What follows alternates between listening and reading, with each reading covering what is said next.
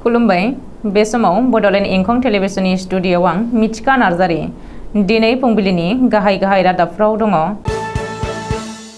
बाक्सायाव हाग्रा बिफाना 2,25,000 बिफां फुलि गायनायनि हाबाफारि लादों। सालबारि मथनगुरि ब्लक BPFआ बेंगली सेल दाफुंदों।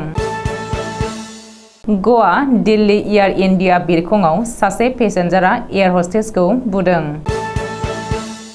शिबसागराव जि-जोमनि गुदामाव अर खामनानै गोबां खहा।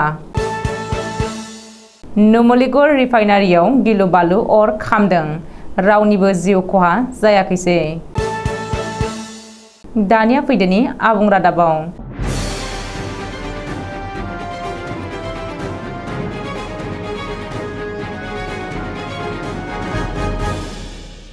बाक्सा जिल्लानि बाथाबारि हाग्रा मावख' बेन्दोंआव थानाय NC गादिगाव फरेस्ट भिलेजाव दिनै बाक्सा जिल्ला हाग्रा बिफाना आसाम सोरखारनि हाग्रा बिफाननि बिथोन बायदियै मिथिंगानि हरखाब गुस्लायनाय एबा ग्लबेल वार्मिंखौ होबथानाय आरो सोमखोर खालामनायनि थांखिजों सानसेयावनो 2,000 बिफां फुलि गायनाय हाबाफारिखौ मावफुङो।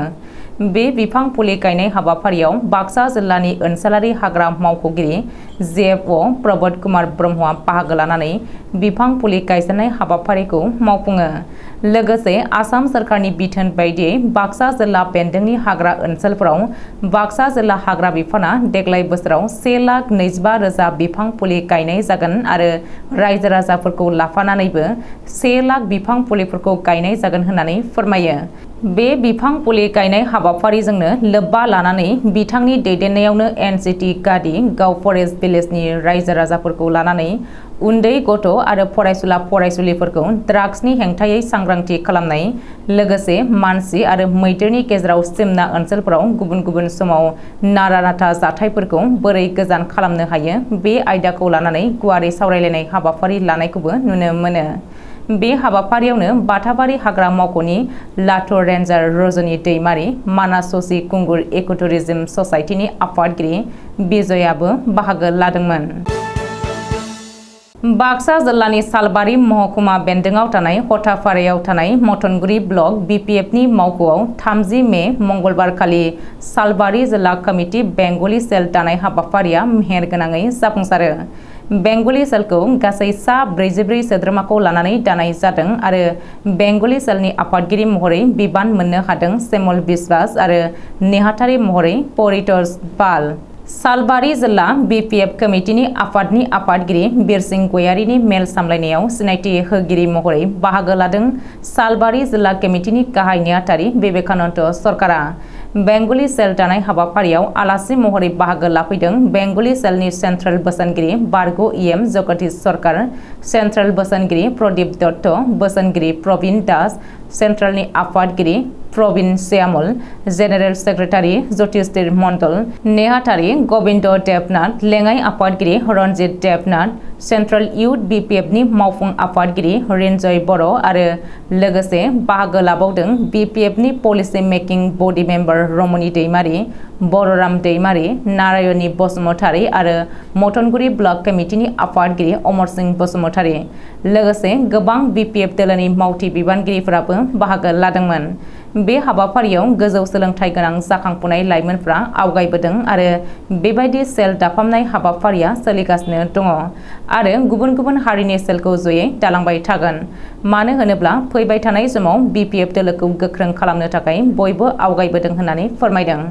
मेलनि गेजेरजों फोरमायबावदों दि BPF दोलोआव UPPL दोलो आरो BJP दोलोनिफ्राय फैनानै गोबां जयनिं जाफैनायखौ बयबो मेगनजों नुनो मोनगासिनो दं होननानैबो फोरमायदों आरो BPF दोलोआ गोख्रोंनिफ्राय गोख्रोंसिन जाबोगासिनो दं होननानै मेलनि गेजेरजों बिबुंथि लाखियो सालबारि जिल्ला BPF कमिटिनि आफादगिरि बिरसिं गयारीआ। AI-882 नम्बरनि गवानिफ्राय दिल्ली फारसे थांनाय एयार इन्डिया बिरखंआव सासे हान्थियारि एबा पेसेन्जारा बिरखंनि एयार हस्टेस एबा केबिन क्रिउखौ बुनानै जोखोम खालामदों। दिल्ली एयारपर्टआव जेब्ला बिरखंआ सौफैयो अब्ला गाग्लोबग्रा पेसेन्जारखौ बिरखं गाथोननि सेकिउरिटि एबा पुलिसनि आखायाव गथायनानै होनाय जाबाय होननानै एयार इन्डिया बिरखंनि सासे बुंथिगिरिया खौरांगिरिनि सिगाङाव फोरमायथिदों। खरसा आसामनि शिबसागराव मंगलबारखालि फुंनि समाव मोनसे सि-जोमनि गुदामाव हरखाब अर खामदों। जाहोनाव खाथि खालानि माखासे गलाफोराबो खामफाजोबदों। सुलुङाव फोरमायथिनाय बायदिब्ला बे खामब्लावनाय अरखौ खोमोरनो थाखाय गासै गं 20 अर खोमोरग्रा दमखल गारिनि गोनांथि जादोंमोन आरो उनाव गं 20 दमखल गारिजों अरखौ खोमोरनो हायो। बे जाथायाव गोबां धोन सम्पति खहा जाबाय, नाथाय रावनिबो जिउ खहा जायाखैसै होननानै सुलुङाव फोरमायदों। गलाघाट जिल्लानि नुमुलिगढ़ अइल रिफाइनारियाव समबारनि बिलिफां समाव हरखाबै गिलु-बालु अर खामदों। अब्लाबो नाथाय बे जाथायाव रावनिबो जिउ खहा जायाखैसै। नुमुलिगढ़ अइल रिफाइनारिनि HRD जेनेरेल मेनेजार काजल शइकिया खौरांगिरिनि सिगाङाव फोरमायथिनाय बायदिब्ला बे अरा नुमुलिगढ़ अइल रिफाइनारिनि हाइड्र'क्रेकार इउनिटआव खामदों। बे हाइड्र'क्रेकार इउनिटआ थांनाय मार्च दाननि जोबथा सप्तानिफ्राय फाहामनांगौनि थाखाय बन्द जानानै दंथ'योमोन आरो सोलिफु मे दाननि 15 अक्ट'आवसो सोलिफिनदोंमोन। बे जाथायखौ नुमुलिगढ़ अइल रिफाइनारिनि अर खोमोरग्रा हानजाया गोख्रैयैनो नांथाबनानै अरखौ खोमोरफिननो हादों आरो बायजोनि रावनिफ्रायबो मदद लानो गोनां जायाखैसै। दिनै फुंबिलिनि रादाबा एसेनोसै। गोजोन्थों।